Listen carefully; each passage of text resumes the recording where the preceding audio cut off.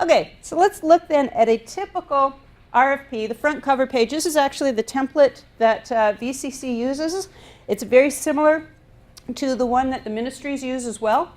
And we're going to go through what it says here. Now keep in mind, if there are other organizations that you want to do business with, and they do their RFPs, chances are it's going to look a bit different. But the elements we're about to talk about likely apply for them as well. And just to be aware of it, if they've formatted it differently, called it differently, fine. But the elements all generally apply. Okay, so on a typical RFP front cover page, it's going to tell you the number name of this particular opportunity. Really, really important that any correspondence you have about the opportunity, that you put that name and number in, particularly the number. And the reason I say that, in my office in Victoria and the staff here at the college, we have a number of people who have multiple projects on the go at any time in the purchasing departments.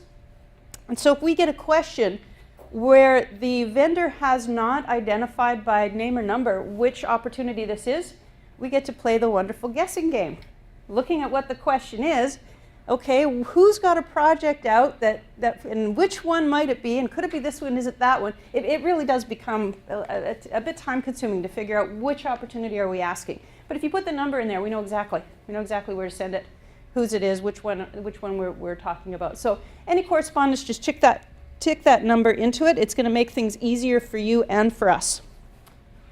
It's going to have a contact person on the front page. This is your official contact person. And I can't tell you how critically important it is that you don't go anywhere else for information on that RFP. Just the contact person. Doesn't matter who you know, doesn't matter what they tell you. The only official place you can get information is through that contact person. Now sometimes that person's on vacation and someone's backfilling for them, that's fine, as long as you went to the email address or the fax number that was provided to you. And I'll tell you a little story, a real true story that happened to me a few years ago with this problem. I did an RFP. I was the contact person for this RFP. And it said, like our VCC's documents say, if you have questions, you go to the contact person. Information from other sources cannot be relied upon. So we had an incumbent contractor in this case. And the contractor had been doing a fine job. There was no complaints about service delivery or anything. It's just that we had never gone to RFP before for these services, so we were outside policy. We needed to get into compliance, so we did an RFP. So the incumbent contractor was welcome to submit a proposal on this RFP. So the incumbent contractor had never responded to an RFP before, really didn't understand the process very well, and had been working with the ministry for some years. And so went to a manager at the ministry that he'd been working with for a while because he didn't understand about one of the mandatory requirements. It said about filling out this front cover page, and he didn't really know what was meant by the front cover page. He thought it might have been our Appendix A in the document. So he goes to the manager he's been working with for years and says, is that what this means, this front cover page? Does it mean this Appendix A? I don't get it. Well, the manager was not involved in the RFP, didn't know not to say anything, and told the contractor, oh yeah, it looks great to me. So the contractor completed an Appendix A, submitted that with his proposal, missed a mandatory requirement, and we never even read his proposal, and he lost the contract. That critical. You got to go to the contact person, whoever that is. And you want to do it in writing. Okay? You don't want to be phoning up your contact person, because if you were a proponent and you phoned up the vendor or the government entity, you phoned them up and asked them the question, and you're also a vendor, and you hear that he had a phone call. What did he say? What information does he have that I don't have? Even if we post something later that's exactly what we told the vendor that called, well, the vendor that called got the information before anybody else did. And how can we prove that what we told the vendor who called is the same information that we posted for everybody? Okay, those are the problems that are caused when we start answering questions over the phone. So you want to submit your questions in writing, email or fax, and you're going to get a response in writing. Here at the college, we're going to post it as addenda, the opportunity. Now, if you don't ask questions yourself, you still should look back on BC Bid to see if someone else did, because they might have asked a real good one. Oh yeah, I wish I'd have thought of that. And the information will be really useful. And sometimes the college needs to make a clarification about the opportunity.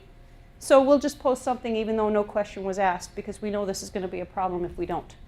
Okay? So you want to look back then to see who's posted what, if there's anything additional.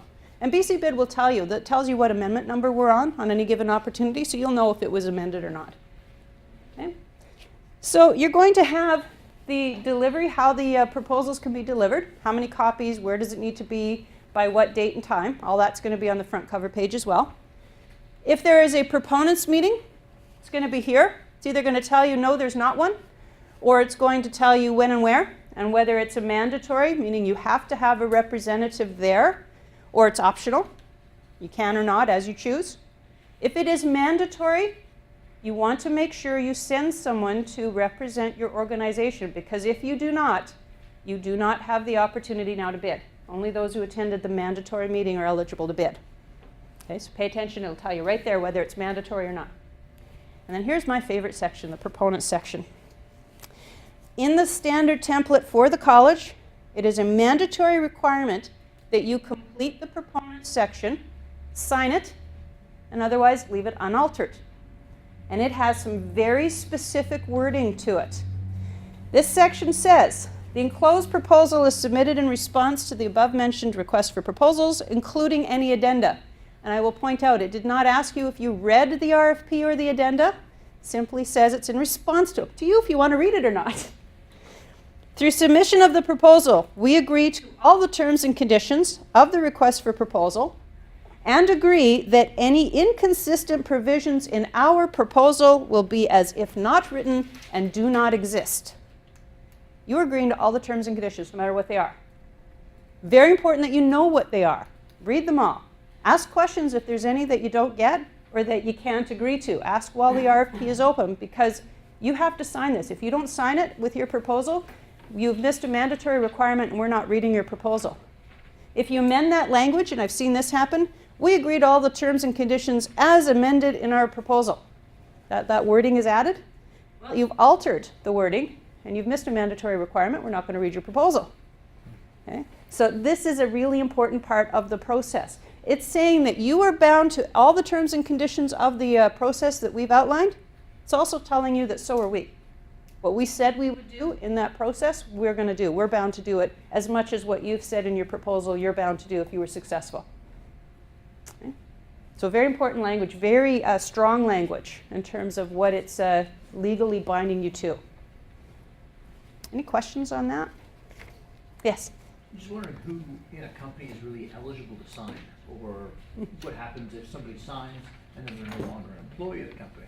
Well, every company is different on how they structure, who can sign off of these things. And I've seen wide range of titles used. And I'll tell you our practice. Our practice is that we are not going to be looking at this signature and seeing, okay, what's the role of this individual and do they have authority to bind this company? We are going to make the assumption that they do. They went to all that work of putting a proposal together. We have a signature here. We're assuming that they have the authority to bind the company to that proposal. Now I have in 12, 13 years of doing this work, I've never been in a situation where we have had a successful proponent who had the proposal signed by someone that was unqualified and shouldn't have. Now whether they were unqualified or not, we wouldn't have known. Obviously the company accepted that they were bound to their proposal. But we've never been in a position where you're successful. Oh, hang on, what do you mean, what proposal? Who signed that? We didn't know anything about it. I'll say that with one kind of unusual thing that happened only once, where we had a proposal come in it was a joint proposal, so there were two vendors, and when that happens, one of them takes the lead and the other one is a sub. In this case, that's what happened. And they each had built their own parts of the proposal. They were delivering different parts of the services. And then they put their proposal together and sent it in. But one vendor didn't, each of them didn't check to see what the other was doing, was offering. And they were successful. And then it was at contract negotiations that they realized what the other had offered and had said, and it wasn't workable for them. But that happened to me once in the 12, 13 years I've been doing this. Yeah. So as long as we have a signature, we're accepting it. A couple of things though, we're looking for an original signature. It really helps us if you don't use black ink. Any color in the rainbow, but You won't get kicked out of the process if you do use black ink. It's just so much clearer that it's an original signature if it's colored ink, any color at all. Okay? Otherwise, it can be very difficult to determine which one is this a scanned or photocopy or the original signature. So just use a colored is helpful. The other thing that I'll point out, when it comes to missing mandatory requirements, there are two things that probably happen more often than any other missed mandatory requirement, and they're both on this page. Number one thing, there's a box right here. This is legal name of organization, and the box doesn't get filled out. And when that happens, we don't have an organization bound to the proposal, and then you've missed a mandatory requirement. We're not going to read your proposal. And the other thing is that original signature, forgetting to sign. When you think about it, you go through all that work, all that intense work to get your proposal in on time, and it's the last thing you need to do is just have somebody sign that front cover page, and it gets missed. And now we're not even going to read your proposal because you missed a mandatory requirement. Okay? Those are by far the two most common reasons that mandatories are missed. So I'd strongly recommend that you pay attention to that when you submit your own proposals to RFPs. Make sure that all the boxes are filled out and that it's signed. Very important. For those opportunities that have e-bidding, by the way, the expectation is that you'll fill out all these boxes except the signature. Your e-bidding key, that username and password, is the equivalent of an original signature, just so you know that. But since VCC doesn't accept them just yet, we want the hard copies, we want the signature.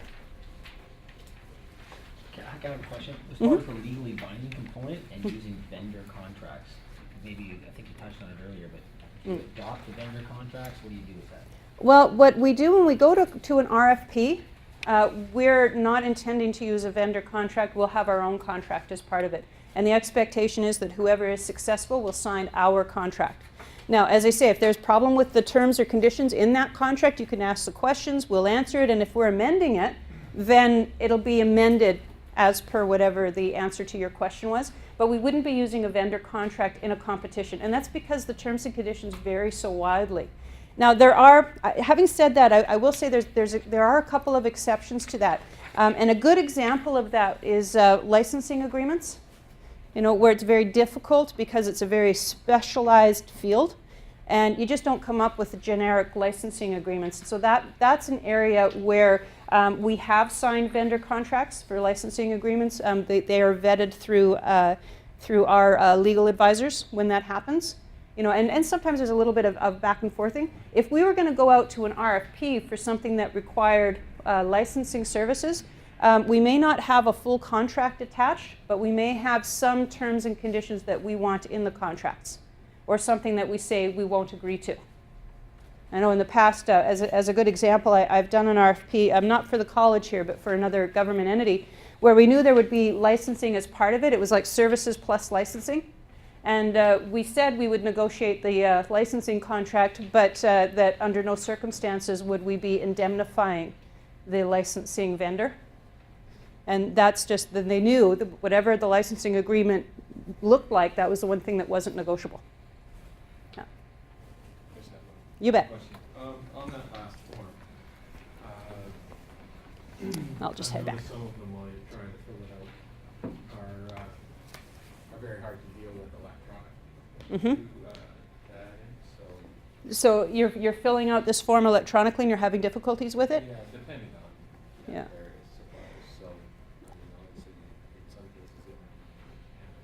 in some cases, In some cases you can. I mean, when this document is posted, I know myself, I tend to post it in Word, but not everybody likes to use Word because there's concerns of how easily you can alter it. So they like to do PDF. And unless you've got a PDF writer, you're not going to be entering, electronically into the PDF form.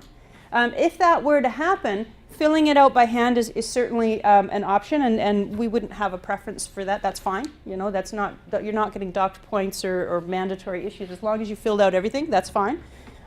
There's certainly nothing wrong with asking the contact person if they've done it in PDF, asking if a Word version of the front cover page could be provided.